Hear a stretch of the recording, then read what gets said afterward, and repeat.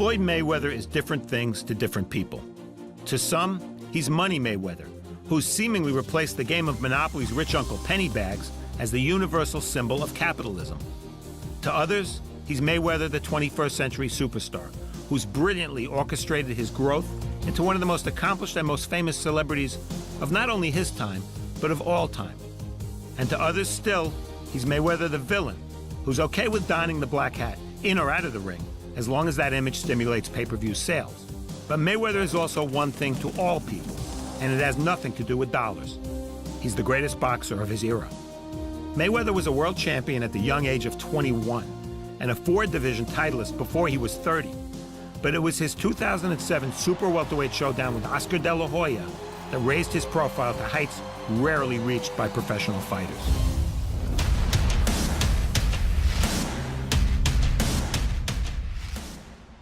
This was Mayweather's first time fighting above welterweight, and he weighed in at 150, 4 pounds below the division limit. For the first half of the fight, the bigger De La Hoya troubled Mayweather, scoring with jabs and furiously flurrying after backing Mayweather to the ropes. Down this pit, you're gonna get in his ass. Don't worry about that. You just do what you're doing. Uncle Roger's words ran true, and the Golden Boy tired late, while Mayweather managed to rally with right hands that rarely missed. The champions traded until the final bell, and while the decision was split, few observers viewed Mayweather's victory as undeserving. Just as De La Hoya had dramatically elevated his standing 11 years earlier by defeating the legendary Julio Cesar Chavez, Mayweather entered a new realm by beating De La Hoya. For the remainder of his career, Mayweather has never again been the B-side. You know, 10-time world champion at 6 different weight classes, he proved himself, but he couldn't beat the best, Pretty Boy Floyd tonight.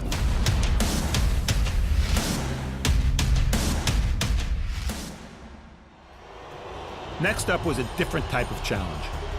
British phenomenon Ricky Hatton was 43-0, a former titleist at 2 weights and one of the most popular fighters in recent history.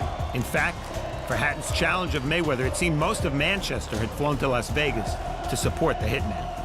Hatton was the quintessential high-energy pressure fighter, and it took Mayweather 3 rounds to find the antidote. In the 4th, he settled in a rhythm, and his punches began to connect cleanly. It was one-sided after that.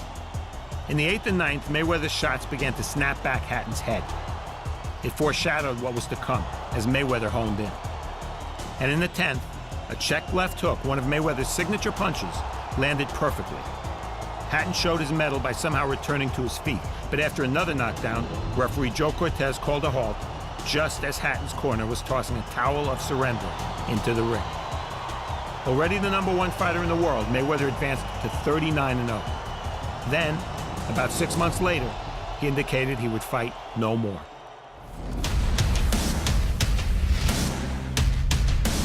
The retirement lasted less than 2 years. As far as welterweights go, Mayweather's on the small side. His comeback opponent, however, was a lightweight who was jumping up 2 divisions. Mexico's Juan Manuel Marquez was one of the best fighters in the world, an all-time great no less, but he was impotent against Mayweather, whose timing and various methods of defensive wizardry enabled him to control every aspect of the fight. Mayweather's primarily a counterpuncher, but he can lead as well, as Marquez learned in round 2. Round 6 serves as a definitive illustration of Mayweather's defensive genius. He tucked his chin behind his left shoulder, negating Marquez's right hands. He elevated his right glove to block left hooks, and he created advantageous distance and space by moving his feet and manipulating Marquez with extended arms. The punch stats told a tale of utter domination.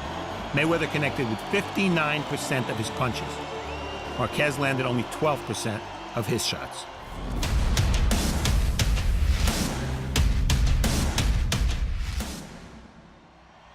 Mayweather was in the midst of a 4-fight stretch that included one future Hall of Fame opponent after another. In May 2010, he faced Shane Mosley, who at 38 was past his prime but still dangerous. That became evident in the 2nd round, when something unusual happened. Mayweather got hit and hurt. But his vast experience is often overlooked, and after being caught, he won every minute of every round. Better yet, as if to quiet those who criticize his defense-first approach, he came forward for most of the fight. Despite the early hiccup, Mayweather won by wide, unanimous decision.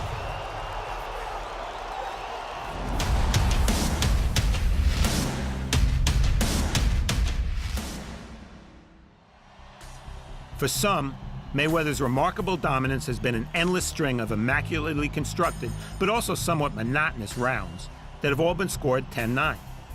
That certainly wasn't the case when he challenged welterweight titleist Victor Ortiz, who was coming off the highlight of his career, a Fight of the Year win over Andre Berto.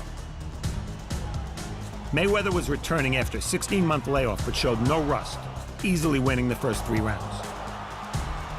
In the fourth, immediately after Ortiz suffered a point deduction for what seemed an intentional headbutt, he embraced Mayweather, then forgot the most elemental rule of the ring: protect yourself at all times. Since knocking out Ortiz, Mayweather's won 7 consecutive fights by decision.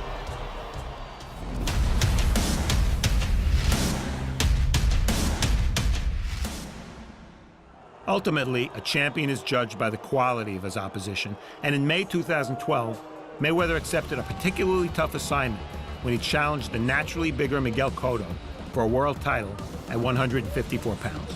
This was a real fight. Mayweather took control with a series of right hands in the fourth, but by the middle rounds his nose was bleeding, not a sight we were used to, and Cotto was still coming. In the eighth, Cotto landed several shots to the head, and for the first time in years, there were rounds that Mayweather clearly lost. But Mayweather rallied in the 12th to cement a unanimous decision victory. Afterward, he told Cotto, "You're the toughest guy I ever fought." Having signed a 6-fight deal with Showtime and sticking to a 2-fights-a-year schedule, Mayweather outclassed Robert Guerrero in May 2013, then fought a much bigger fighter, unbeaten Mexican star Canelo Alvarez.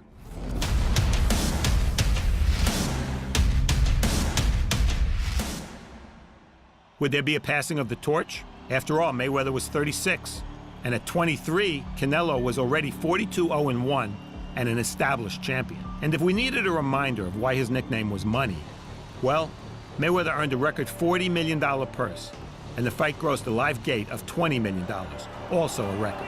I have been in a lot of arenas since the 1980s for big fights.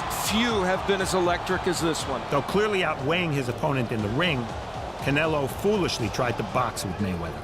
Canelo looking almost confused now. Again, I think he's so frustrated. He's trying to lure Floyd in, and then he wants to throw a big counter, but Floyd's not going to do it. Floyd will pot shot you all night. The fighters tentatively traded jabs for a couple of rounds. Then in the 5th, 6th, and 7th, the quicker Mayweather began to connect with ease. And you see Floyd trying to take it to him. I think he wants to show the young man, listen, this is the big time now. You've never been here. Let me welcome you. And now Mayweather beginning to tee off on Alvarez. Alvarez standing flat-foot on the ropes. The jab to the body.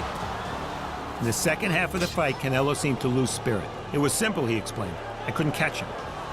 Double jab through the guard, and that right hand, and what a sublime right uppercut up the middle by Mayweather. And on Saturday, September 14th, 2013, Floyd Mayweather has not lost a step. After 12 rounds, there was no question of the outcome. But somehow, Judge C.J. Ross scored the fight even, 114-114. How egregious was her card? She hasn't worked at ringside since.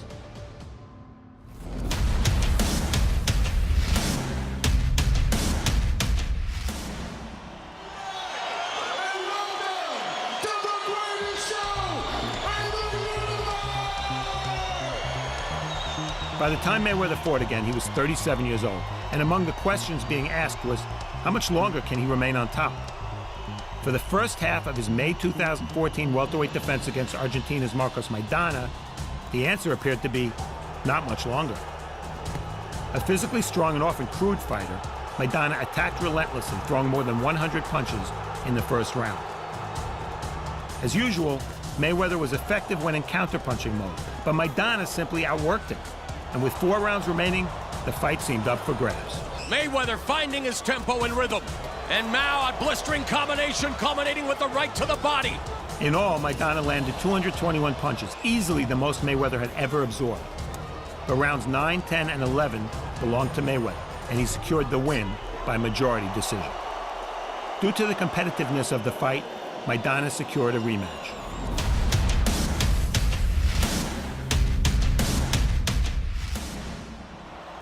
Whatever magic he had found in the first fight was gone, and Mayweather, staying off the ropes and frustrating Maidana with movement, scored a one-sided decision win. Maidana landed only 128 punches this time. For his part, Mayweather, having advanced to 47-0, appeared ageless. In Mayweather's world, the natural order of things had been restored.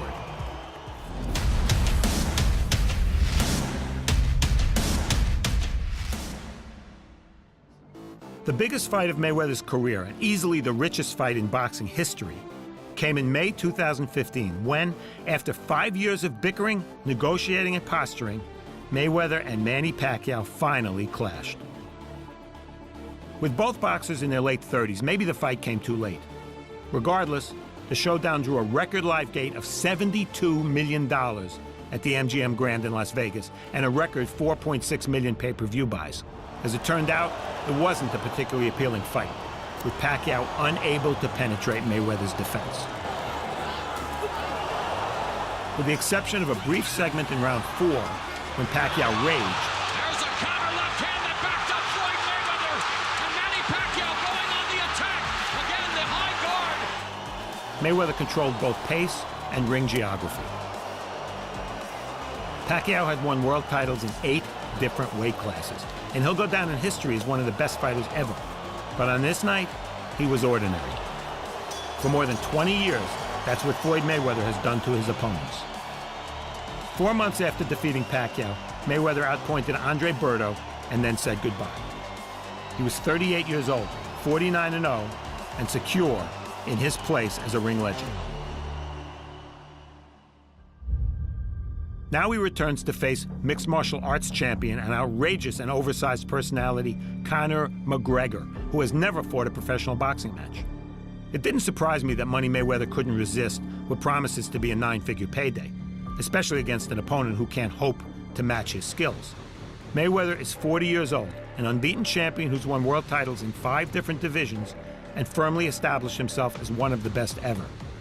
A win, even a spectacular win, isn't going to impact his boxing legacy, but it will certainly impact his checking account.